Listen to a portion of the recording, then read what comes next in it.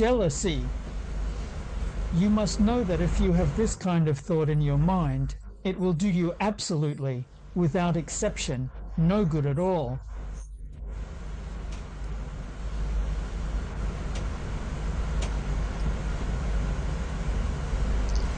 The situations outside often make us feel troubled and dissatisfied, weighing on our minds and making it hard to find peace. When you notice these feelings arising, you've just got to let it go, allowing yourself to release the negativity and move forward. This is just the karmic obstacle in my fate. I should accept it, take responsibility for myself, and bear the consequences. The bad things I did in the past have led to the bad results I'm facing now. Please, calm your mind and don't blame the heavens or other people. We've cut off the word hell from our vocabulary. If you have the causes for hell, but not the conditions, you won't suffer the consequences of hell.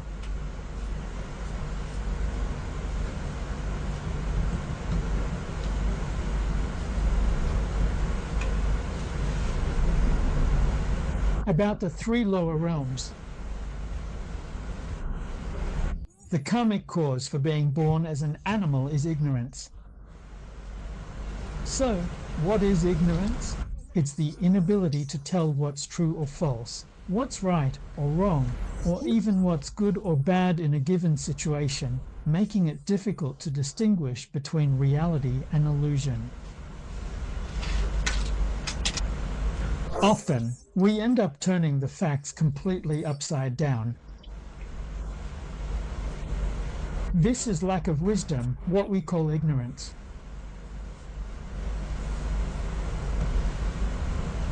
These days, in this world, you can see signs of ignorance everywhere. But most importantly, I have to ask myself, am I, perhaps without even realizing it, ignorant myself? Whether others are ignorant or not is their business. It doesn't have much to do with me. But if I'm ignorant myself, that's a real problem. What a foolish beast.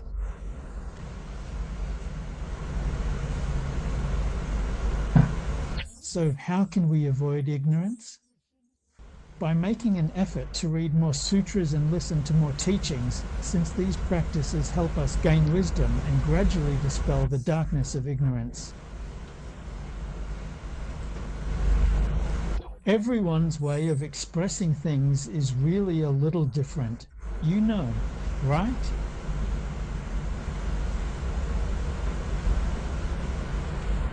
That's why the Buddha teaches us in the sutras. Ananda asked his teacher, line by line, when you open the sutra, which is a sacred Buddhist scripture, the very first thing the Buddha teaches us is to learn from a good teacher, someone who can guide us on the right path. He teaches us to stay close to virtuous and knowledgeable people. Only then will you have wisdom.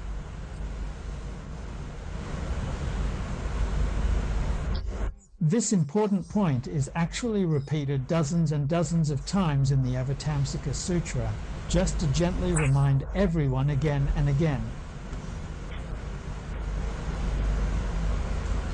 Then who is good teacher? Buddha is wise and knowledgeable. I want to learn from the Buddha. But if the Buddha is no longer here, what do I rely on? Rely on the scriptures. This is what the Buddha meant by a rely on the Dharma, not on people. But you need to understand the principle.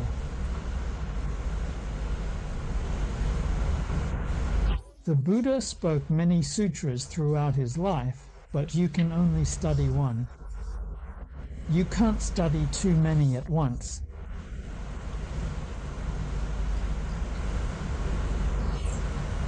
It's just like how an experienced doctor treats a patient. with care and attention, you know.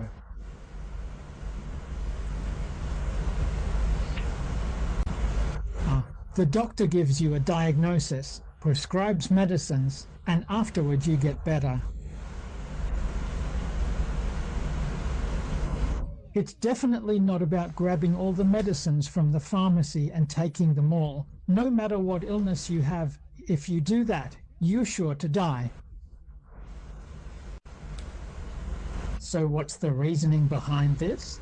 The Tripitaka and 12 divisions of the Mahayana canon contain the teachings Shakyamuni Buddha gave, like having all the medicine in a pharmacy.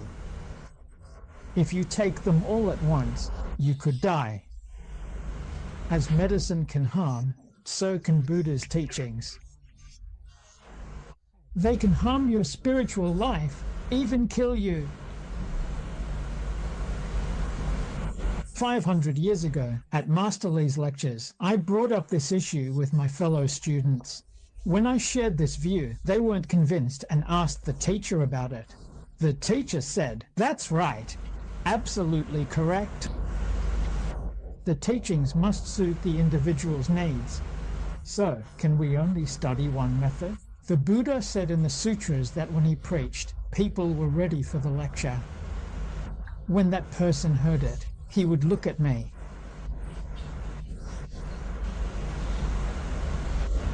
We need to understand this principle. When the Buddha spoke all those sutras, he wasn't speaking just for me, but for many different people with all sorts of aptitudes at the time. So, what kind of aptitude do I have?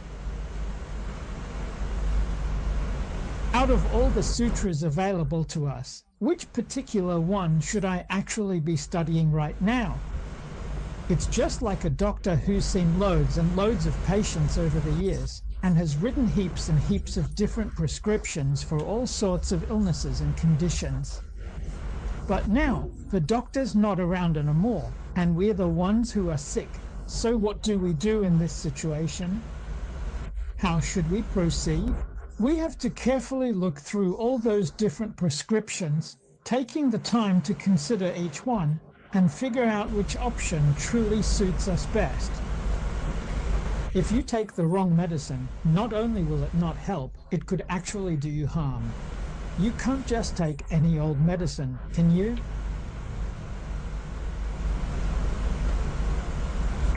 Now, in this age of the Dharma's decline, who counts as a good spiritual teacher? So, who, after all, can truly choose a Dharma path for us? Is it just up to us, the people living in the age of Dharma's decline?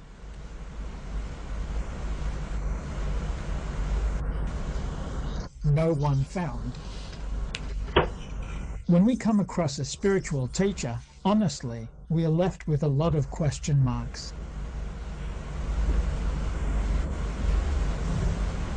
You might listen to one teacher, but after a few days, your mind changes. Then you hear about someone even more impressive, but they might not be right either. If you spend your whole life hesitating and doubting yourself over and over again, how can you ever achieve anything?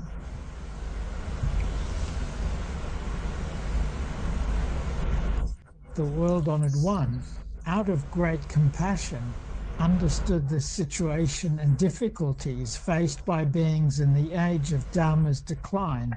So in the Masamnipta, he clearly gave us teachings to guide our direction and principles.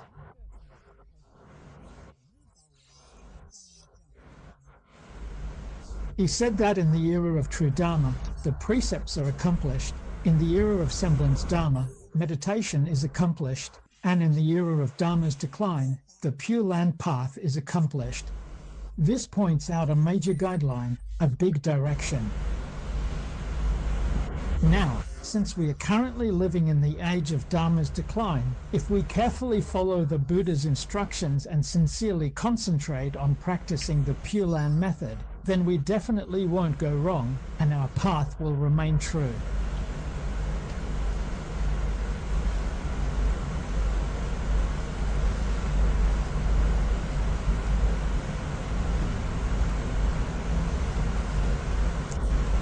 There aren't many scriptures and treatises in the Pure Land school.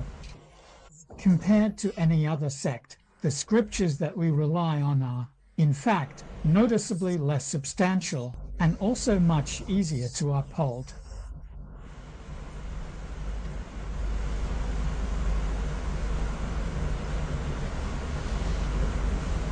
But we know that, actually, the very first sutra of the Pure Land school is the Infinite Life Sutra. The Infinite Life Sutra was taught many times by the world-honored one during his lifetime. This is a very special Dharma door. Throughout his life, Shakyamuni Buddha never repeated any other teachings except for the Infinite Life Sutra, which he taught multiple times. Based on the materials that have survived to this day, it can be proven that he taught it at least 3 times. It's possible that it was even more than that.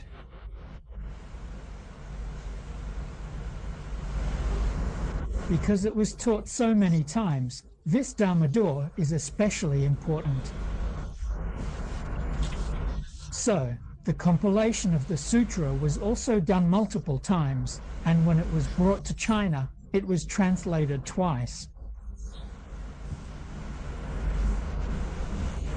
It's truly a real shame that, out of the original 12 known translations, only 7 of them were actually passed down through history, and now, at present, only 5 of those can still be found and accessed in the Chinese Buddhist canon.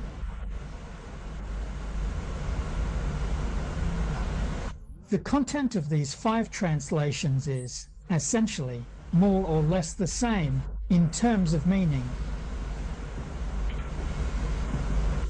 But the differences between them are all, in fact, actually very important to understand. They help us dispel doubts and give rise to faith.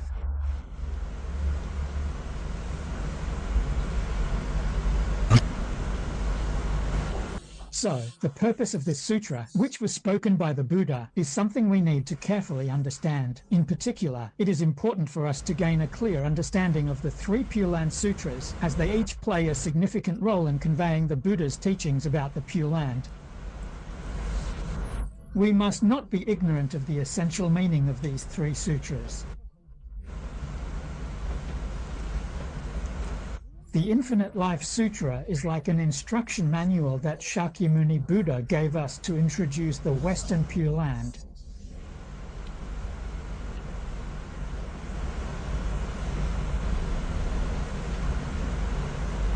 Please explain in detail how the Western world came about, describing the origins and historical development of the Western world. Additionally, discuss the theoretical basis and factual evidence that support Amitabha Buddha's establishment of the Western world, ensuring that each of these aspects is clearly addressed.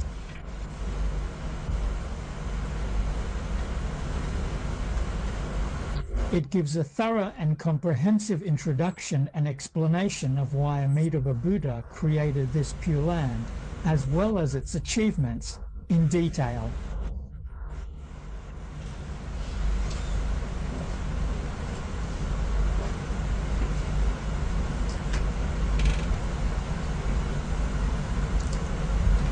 This is meant to gently inspire a profound and lingering sense of longing in those who hear it. If he makes a wish to be reborn, then his goal will be achieved.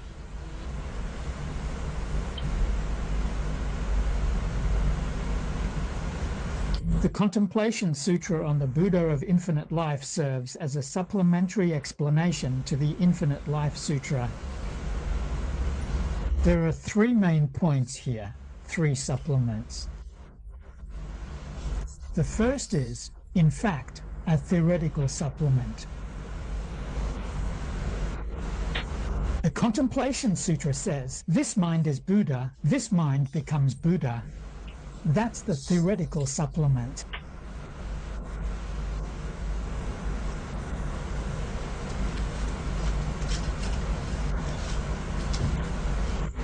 The second supplement is, In fact,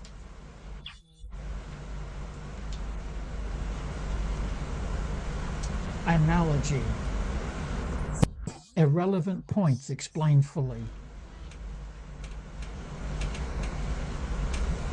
The Infinite Life Sutra only talks about the 3 types of karma, and it's explained simply. The Contemplation Sutra lists 9 levels in detail. The 3rd point is about the differences in methods. You see, the method described in the Infinite Life Sutra only mentions arousing the body-mind, single-minded exclusive mindfulness, and also instructs us to cultivate merit. It's explained in a simple way. In the Contemplation Sutra, it talks about the 16 contemplation methods. It explains visualizing the Buddha's image and reciting the Buddha's name in great detail. Reciting the Buddha's name is the 16th contemplation. It's left until the very end, and the last one is the most important. This is a common practice when the Buddha teaches sutras. The best part comes at the end. This is truly the highlight of Asia, a remarkable and significant aspect of the region. Among all the various methods and practices that have been developed for the benefit of all sentient beings, the practice of reciting the Buddha's name is recognized as the 16th contemplation, which is considered both profound and accessible. It saves all sentient beings.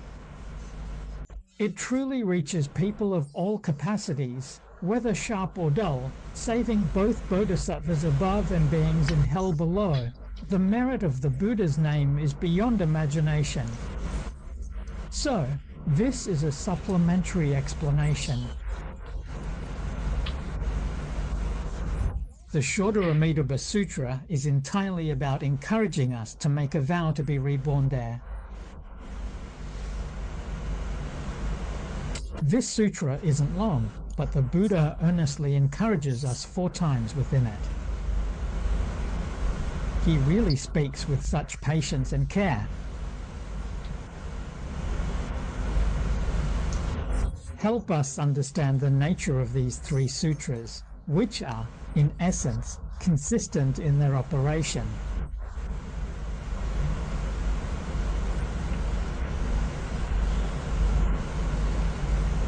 Now, some fellow practitioners have doubts about the compiled version, but that's a mistake. Buddhism must always be based on true and unwavering purity, because harboring any doubts or uncertainties is a major obstacle. This sutra is just an introduction after all. The purpose of the introduction is to help you develop faith and make a vow. If that's achieved, the goal is met. If there were no compiled version, you'd have to read all 5 original translations.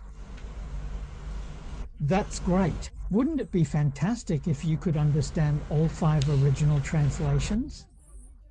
But if you find the 5 original translations too troublesome, too complicated, the great masters of the past have already done this work for us. Our collection. The first compilation was by layman Wang Longshu. Layman Wang Longshu's version is included in the Buddhist canon. Being included in the Buddhist canon is truly thanks to the merits of the great masters and patriarchs of the past. Only then could it be included. It's not like nowadays, where you can just casually put a scripture in there. In the past, that simply wasn't allowed. In the past, this sutra was included in the Tibetan canon with the approval of the emperor. What did the emperor base his approval on? Consulted monks. It must be agreed by all.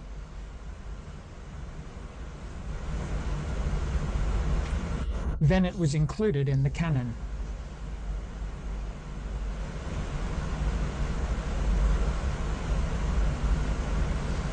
This isn't an easy thing to do at all. This just shows that compiling them wasn't a mistake. Compiling them was the right thing to do.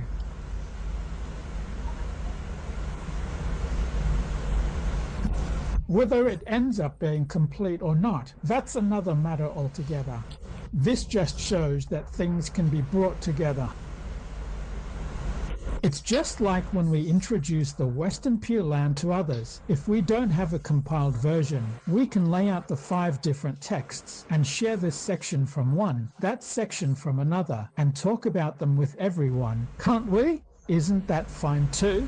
As long as I can explain it in a coherent and systematic way, so that people can understand it clearly, gain confidence, and feel joy, then isn't that an achievement?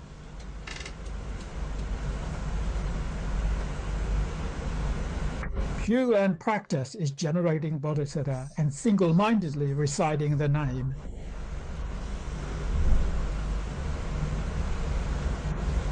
Once we understand this principle, we will be able to develop faith in this collection and have no doubts.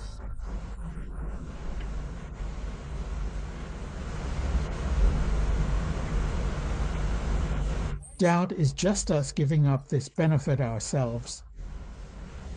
If you really do have doubts, that's all right too. You can simply not recite this compiled version, or even not recite the Infinite Life Sutra at all. Just focus on practicing the Amitabha Sutra single-mindedly, and you'll be set for countless lifetimes. So, should we reject or exclude the compiled version? We don't have the courage.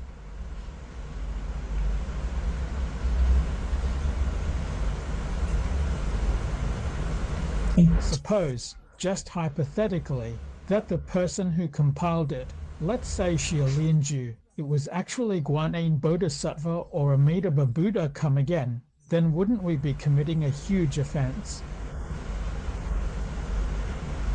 When it comes to scholarship and reading, doubts are fine, but don't deny or make absolutes. We can raise a question, and leaving it unproven is fine. If we give up this Dharma door, we still have the Infinite Life Sutra and Contemplation Sutra.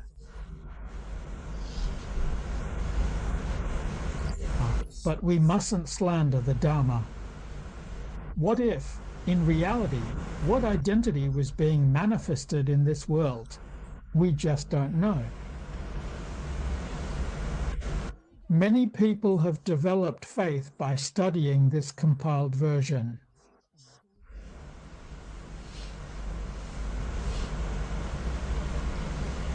It's more convenient than the original translations, easier to read and understand. People have developed their faith there. Without this, we wouldn't know. Return, denial, that is, this person is either stupid or has ulterior motives.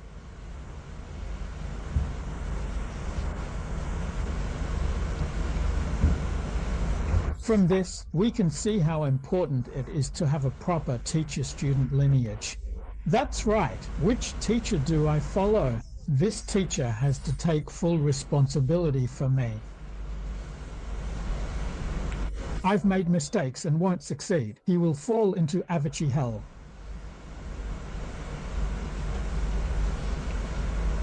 So the teacher-student relationship is a big deal. If my teacher points me to this Dharma door, but someone else says it's wrong, who should I listen to? This is the key point. Are you going to deny your teacher and switch to another one? Well, that's an option too.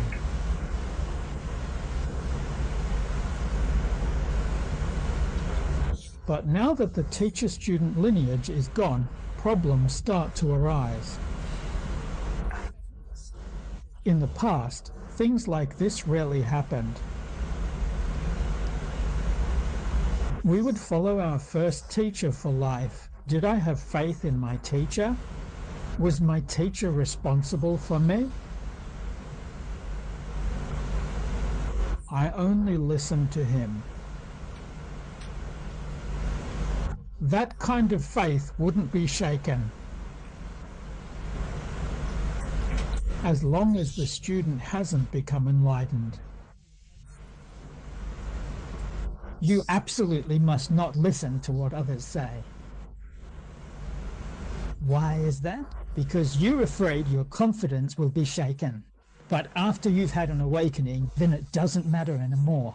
Once you've awakened, you have the ability to tell what's real and what's fake, what's right and what's wrong. And when you reach that level, your teacher will let you go out on your own. Like the boy picking vegetables at the market, learning from 53 different people. You can listen to anything, you can accept anything.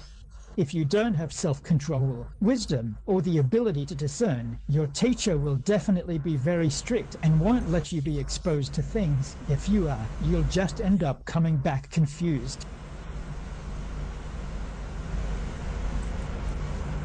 So, what makes a person a good student? It's being able to accept your teacher's guidance. That's a good student. If you pretend to obey your teacher but go against them, how can they teach you? That's why you're not allowed to listen to too much or look at too much. It's to protect your pure mind. It's to help you develop discipline, concentration, and wisdom. There's nothing else to it. These painstaking efforts, students these days just can't appreciate them.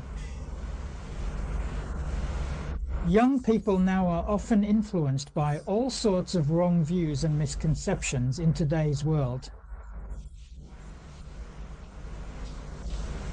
I often say about the 4 great vows, people ignore the first 2. Where do you start learning from? If you only focus on learning virtue and the vow, Dharma doors are countless. I vow to learn them all, but ignore the first 2. How could you possibly succeed?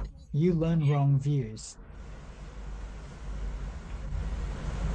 Your mind gets polluted, your spirit gets polluted, and even your thoughts and understanding become tainted. Even if the Buddhas and Bodhisattvas came, they wouldn't be able to cleanse you completely. When we read Mahayana Sutras,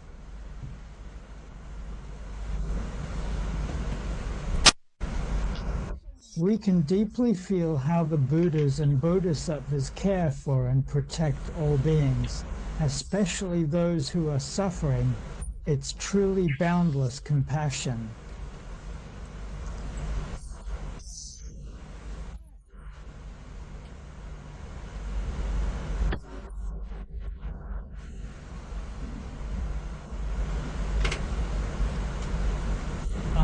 How many sentient beings can truly understand this? After all, can you understand?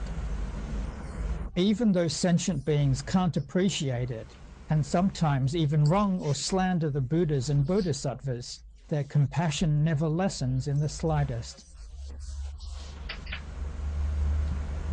That's remarkable.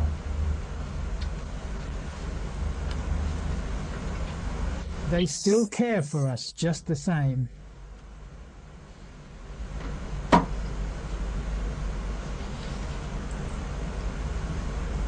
They still use all sorts of skillful means, such as compassionate guidance and wise methods, to help and guide sentient beings on their journey toward understanding. Since beings,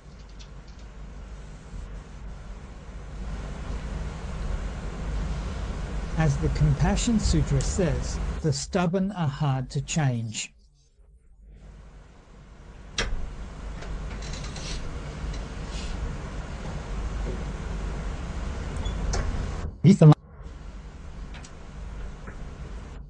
And misguided actions, they don't know how to turn back or correct their mistakes. The Buddhas and Bodhisattvas manifest among them, patiently and gently guiding us.